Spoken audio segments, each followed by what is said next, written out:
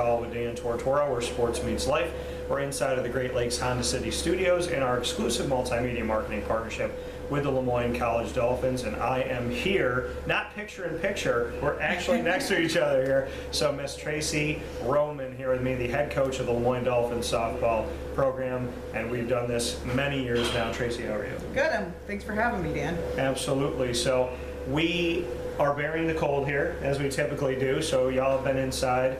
What has been that atmosphere like for you? I know you have a facility out, is it Camillus Way? Yes. So you got a facility out there, you do some things here on campus.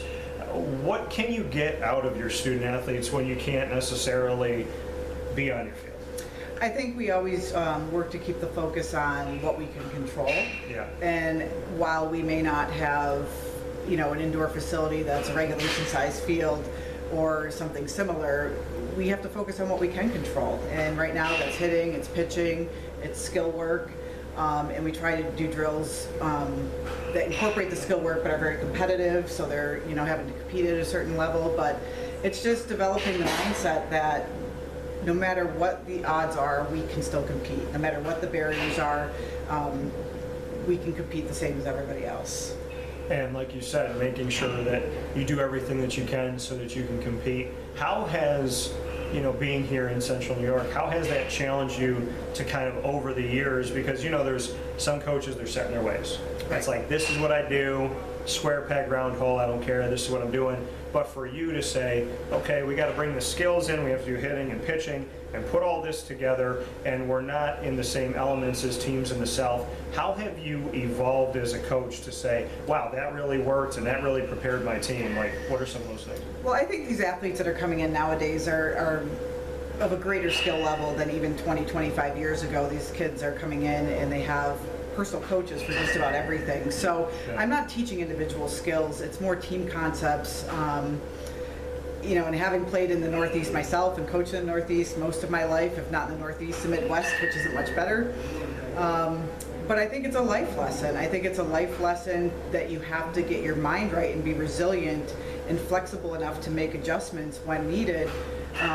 In our game, the mental side of the game is everything. And if you think you need this or that to be able to compete well, you're defeated before you start. So it's really developing the mindset that we have everything that we need to compete with everybody else and just trusting our abilities when it's time to get out there. Sure, yeah, we haven't seen a pop fly or a ground ball in the dirt since the fall, but it's like riding a bike, it comes back.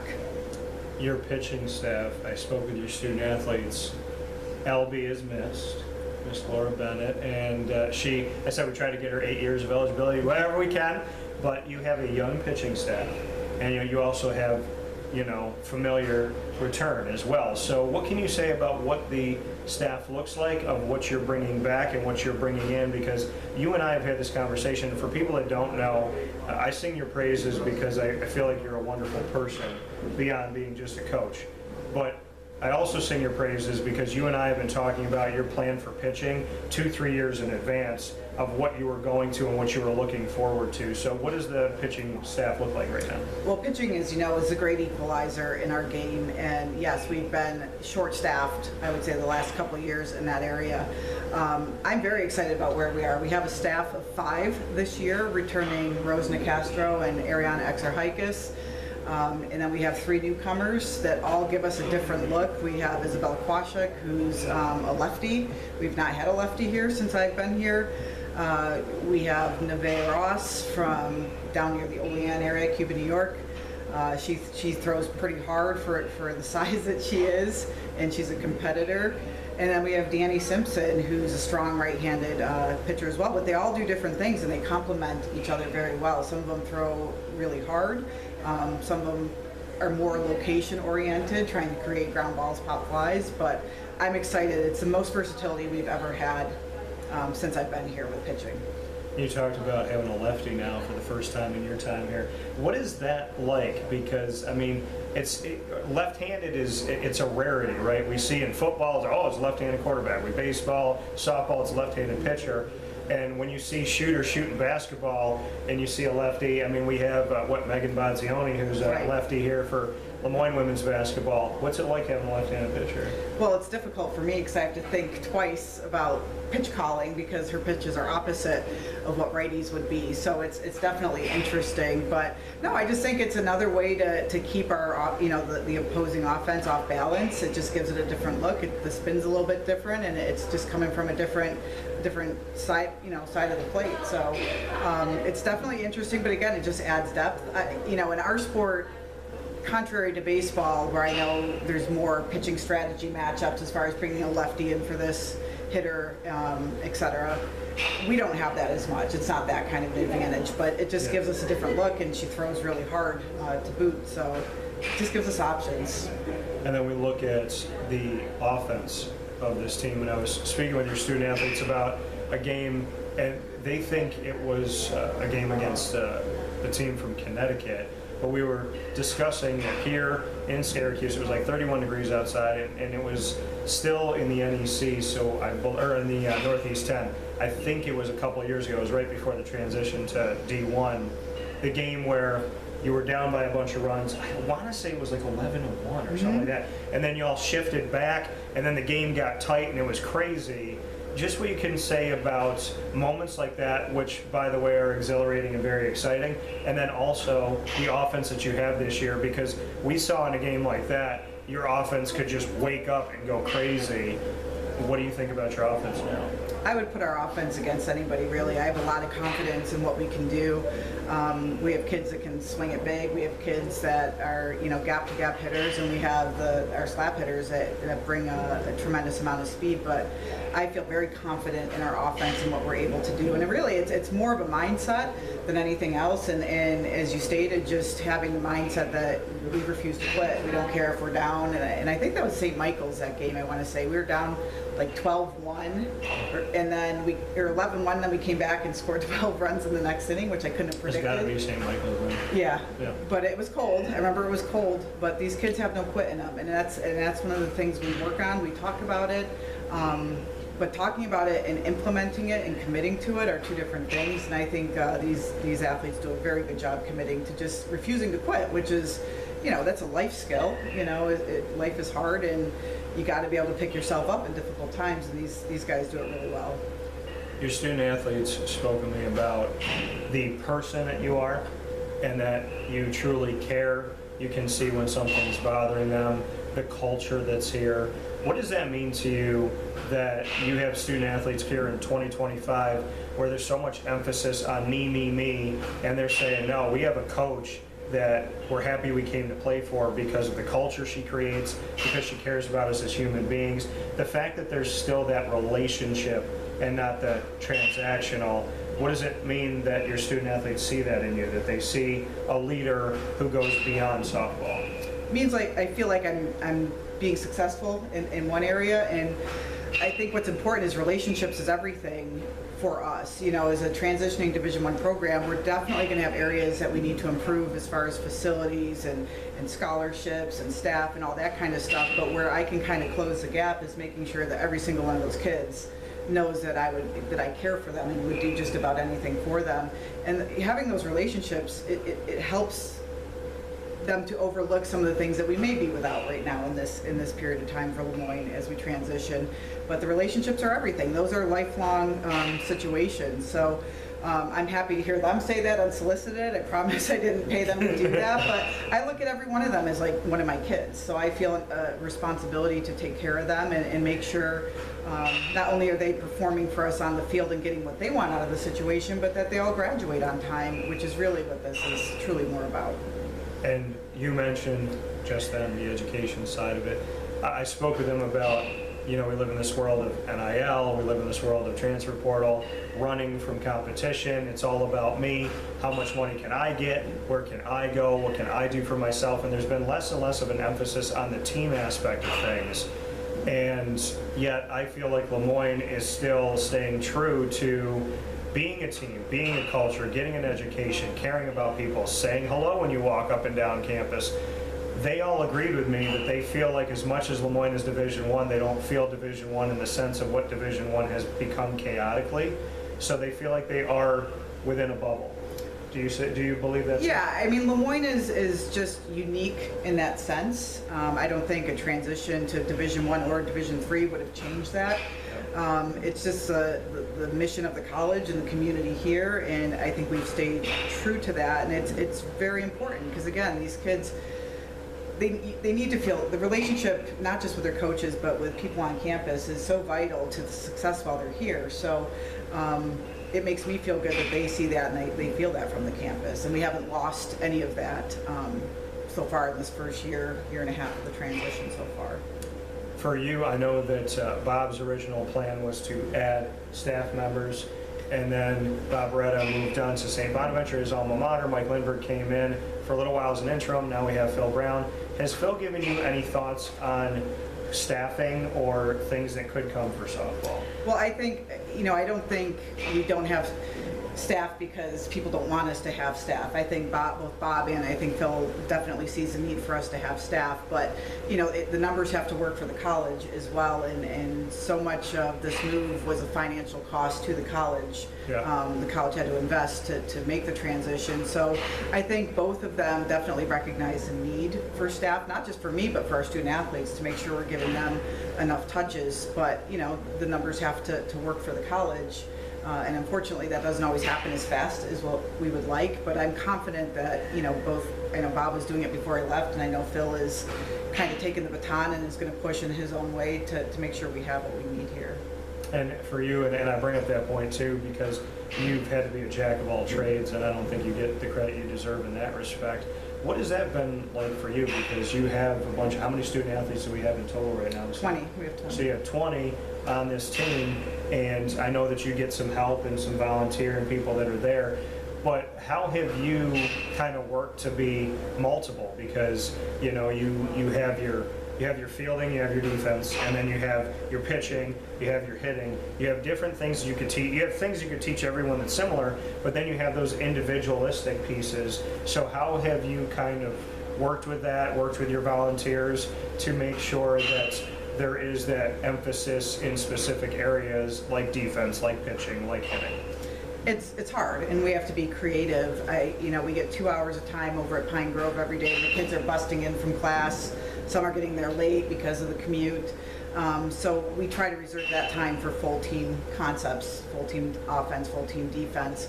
Our pitchers and catchers, we work out in the morning from 6 to 7:30, sometimes 6 to 8 in the morning, to make sure that they're getting their individualized time in too, with them all being different and throwing different pitches. They have strengths and weaknesses and different things they've got to work on. I think that's the hardest thing. You have to make sure you're tailoring those pitchers' workouts to what they need individually, Yeah. and that's where staffing starts to become an issue.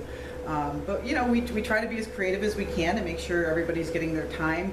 The cages we can put up around basketball schedule, but until basketball is no longer in season, we have to come in, at off-peak hours and get the work in. But these kids, they're motivated and they're hungry, and we just refuse to accept excuses for why we can't do things, and we work harder to find reasons why we can do things and be successful with what we have. Yeah, and that's the thing, and it plays into your leadership, and it plays into your talents. Like you said, you've been in the Northeast, you've been in the Midwest, playing, coaching, and you've done so much. And I know that, you kind of stay stone-faced and expressionless when I say thank you, but I do think that LeMoyne and this community should give you a debt of gratitude for the work that you put in. I appreciate it. It doesn't feel like work to me because I enjoy it so much, and being around them keeps me young. But I appreciate you saying that, and the way those kids go out and perform, they pay me back in thank yous just by the way they fight and the heart they show every time they take the field. Well, they said nice things about you. Well, I didn't pay them either, so that. So I would like you to share with me something good about Alyssa, Elena, and Dominique individually. That's easy. That's easy. I mean, Alyssa has been the staying power force in our lineup for 3 years. I mean, she just is one of the best hitters I've ever worked with in my coaching career. She's one of the best hitters I've seen, and I'm speaking from my playing experience and coaching experience.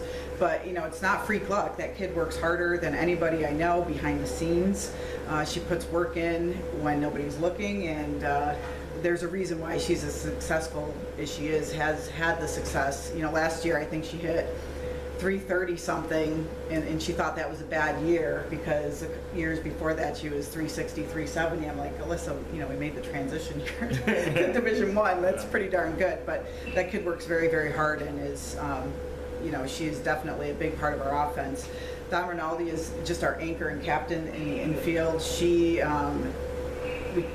probably one of the funniest human beings I've ever met in my life.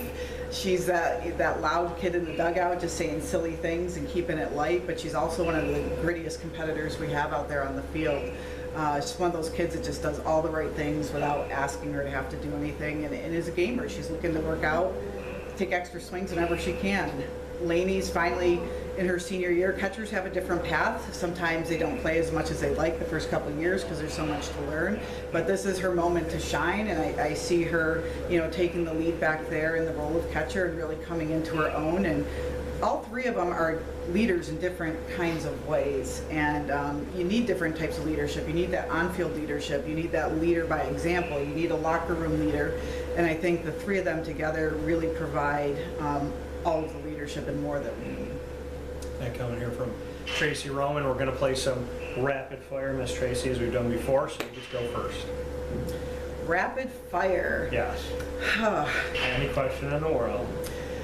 So what is it like for you covering sports in the Northeast like ours in the snow? How do you accommodate? Because I'm sure we're not the only ones. Yeah, it's well, it's been interesting because covering the college football playoff, I was in Pennsylvania and it was cold, but I was in Texas and there was a snowman that I took a picture with, and it also snowed when I was in Atlanta. So, and I was in San Diego for the Holiday Bowl, and it was cooler there than I guess it typically is. So I guess I've been like kind of in cold weather these last few months, but I mean, honestly, I was born and raised here. One of my nicknames is Iceman. So I'm kind of like used to doing this stuff.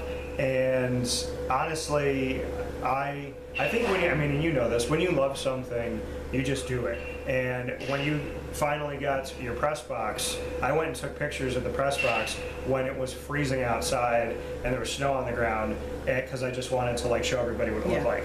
And that game that we were talking about that was crazy back and forth and a ton of scoring, it was sunny, blue skies, 31 degrees outside. So I think when you love it, I know when you love something, you just do it and you appreciate it and you want other people to be around it. And I wake up differently. Like if God wakes me up in the morning and it's snow outside, okay, so you put a jacket on. Like I don't really see the difference. And I think when you guys get wins, and even if it doesn't show up in the win-loss column, you do something in a game that you can build upon. I feel like the grittiness of this LeMoyne softball team, when you're playing in Texas, when you're playing a team from North Carolina or South Carolina, and you can go out there and get those little wins and get the big wins and do these things, I think it shows like, hey, we can hang with y'all. And I kind of like that. Like I want to see a champion come from the Northeast in softball. So to me, why do I do it? Because I just like that God woke me up in the morning, and I will say this, as cold as it is outside, one of the purest things you'll ever find on this planet is when snow falls and it is nothing but pure white. And the beautiful majesty of it and the pictures it creates and the emotions it kind of brings up in me, I know that people complain about it, but I just think it's absolutely beautiful. So. As a spring sport coach, I can't say I share the same. I said all these nice things and you're like, no. Majesty of the snow. I'm excited at Christmas and then it can go away. Understood. My question back to you, Tracey, is, so I talked to your team about food and about all the stuff. You recruit all over, but you get people from on Long Island, New York City area, central New York, upstate New York, and in other places. Have you gone to Long Island, like when you've gone to recruit, have you eaten on Long Island? And if you have, what do you get? I tend to get pizza when I'm down that way. Okay. But usually I'm on the run, and unfortunately I don't get to try a lot of different restaurants because most of the tournament directors have gotten smart enough to understand if you offer coaches food, they'll definitely come to your tournament. So I'm pretty well fed at the tournaments for the most part. But when I'm down New York City, Long Island way, I tend to just get pizza. Okay. Now, the egg, have you had an egg everything? I have, yes, and they are delicious, and there is a difference from downstate versus up here with what we do with They bagels. say it's the water. So I don't like cream cheese, but I get it when I'm on Long Island. I get the cinnamon raisin walnut one. Oh, okay. Because they whip it. It's not like your typical thick Right. cream cheese. Yeah. All right, what's your next one for me? So, how old is your dog, and what breed, and why did your dog have to have surgery? Oh yeah, she's 8, and she is a Havanese, and apparently small dogs sometimes have issues with their teeth, but they think it was genetic, a hereditary thing, because she had so many teeth that she was like getting bad breath, and the doctor saw, she said, I'm gonna save what I can, but she had to have a bunch of her teeth taken out due to the fact that they didn't want infection to go to other parts of her body and affect her when she's later on in life. But she's great. I mean, she's 8 years old, she's a puppy. I mean, she acts like that, and she's my best friend. So Yeah, I get that. she's awesome. So she's a Havanese, she's my little Cuban, and I'm part Hispanic, part Italian, so we have a nice Cuban household. She knows how to dance. She actually can stand up and walk backward and forward, so she'll do her little hop thing. So she's definitely, she dances well. That's and she great. has a good time, and yeah, she got through all of her surgery. She's got a great place that she goes to. Fantastic. My question back to you, Tracey. If you had to pick one of these jobs and you had to do it, would you be a neurosurgeon, a dentist, or a veterinarian, and why? A veterinarian, hands down. I'm an animal person all day long, and I have 2 dogs of my own. We lost our older dog over the summer. She was close to 14 years old. What's her name? That was Lacey. Lacey. Lacey, so. Well, we know Lacey's on the Rainbow Bridge. Right, we have Theo now, and we just adopted Farah. So I love animals. I think animals add and bring so much to our lives, and similar to small children, they can't speak for themselves. Yeah. So I think that's something I could be really passionate about, and caring for them, but also helping people decide when it's time to let go as well, which is also important with our pets. But no, I just love animals, sometimes more than I love people some days. So Yeah. I think that out of those 3 choices, that's what I would pick. And I think I have a pillow at home that says, dogs welcome, humans tolerated. Yes, So, exactly. I feel that. my last statement here is something that I think is all too important. You and I texted back and forth and spoke about this, but you went through a lot in your family. Your mom passed, and I know that you are definitely a caring, very family-oriented person, and you're real, which I appreciate. You're not just a coach, you're a human being. So I would like to not only have this edition of Dolphin Dive be in honor of your mom, but I'd love to just say, and I'm sorry if I get you emotional here, but I just feel the need to thank Mom. So just what you want to say to Mom, because I know she's in heaven. I just appreciate everything that she taught me, all the tough love, the lessons, in the school of hard knocks that you don't understand as a kid. Yeah. I think you appreciate more and you see more as an adult. She was diagnosed with pancreatic cancer in the later part of September and was gone by December 17th. And it's just another reminder of how quickly life can change. But she was gracious through all of it. She never showed any feelings about being upset for herself. She just kind of accepted what it was, the diagnosis, embraced what time she had left, and to live, until she couldn't do much anymore. But I just think with everything that happens to us in this life, whether it's good or bad stuff, we always have a choice on how we respond, and to see her respond with the resilience that she did is something I won't forget. And what's Mom's name? Sheila. Ozier. So Miss Sheila Ozier, and I believe in this, and I know it's true. So Sheila up there in heaven watching over you, and I'm going to tell you something because I don't know, something inside of me feels the need to tell you this. Something's going to happen this season where you're going to know that Mom kind of lifted a ball up. Oh, I know. She was my biggest fan. And, you know, what's funny about parents is, you know, I've played so many games in my career and I've coached so many. I couldn't tell you where I was when, but Mom could, you know, remember on this day in the summer of 1993 when you hit that, it's like the love of a parent is just something you don't understand until you know, you maybe become a parent of yourself, but the love is probably its purest form from a parent to a child, so I appreciate that about her, and I miss her. Well, Sheila, this is for you, and I know that your daughter and your family will be carrying on the name very well. Tracey Roman Yes. here with me, here on Wake Up Call, inside the Great Lakes Honda City Studios for this edition of the Dolphin Dive. And Tracey, normally I shake your hand, but We'll hug it out. yeah. We'll talk with you all soon, and make sure you come and support the softball team 2025 at home and on the road. We look forward to seeing you out here. And Tracey, as always, I said it when you weren't on camera, and I'll say it when you are on camera. Thank you for being a different coach for all of the good reasons. Thank you. I appreciate that. So, God bless you all. We'll talk with you soon.